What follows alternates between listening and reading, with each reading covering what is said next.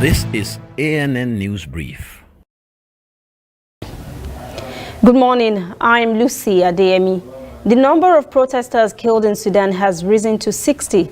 The revised death toll came after 2 days of unrest that began when forces of the Transitional Military Council, TMC, fired on unarmed protesters. An opposition doctors group says members of a parliamentary group have been roaming the streets, pushing deeper into the capital, Khartoum, and are reported to be attacking civilians since. The military has faced international condemnation for the deadly crackdown. A Sudanese protester in the capital, Khartoum, has appealed to the outside world to intervene as people are being killed on the streets.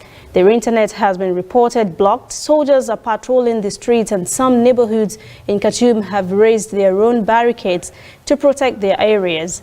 Meanwhile, demonstrators say protests will not stop despite the military crackdown. A Russian foreign ministry official has said Russia will send military personnel totaling 30 to Central African Republic in the near future, where they will form part of a United Nations mission to help stabilize the country. Russian President Vladimir Putin was reported to have signed a decree in April on the dispatch of the military contingent.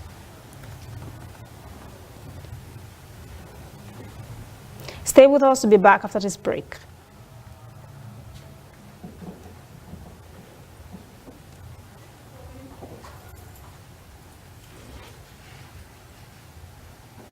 There is a new all-news network on the scene in Nigeria to give news from a purely news perspective and to promote free information flow across Africa. Fresh views, unbiased, bold, with a purely African view.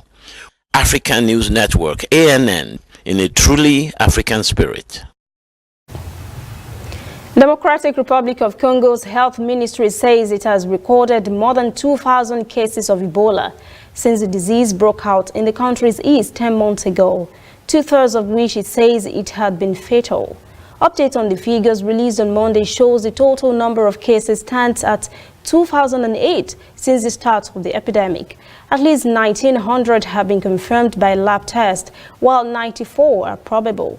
It says there have been 1,346 deaths. 539 people were said to have recovered. The ministry says it was important to retain the overall perspective despite the breaching of the symbolic threshold of 2,000 cases.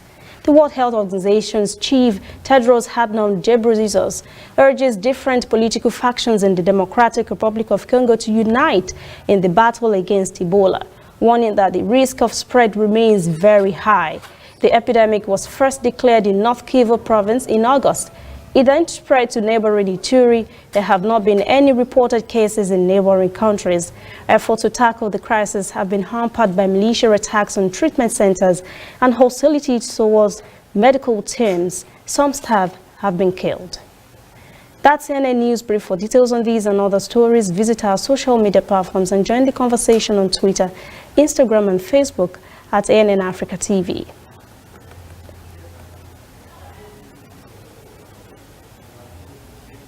I'm Lucy Adeyemi.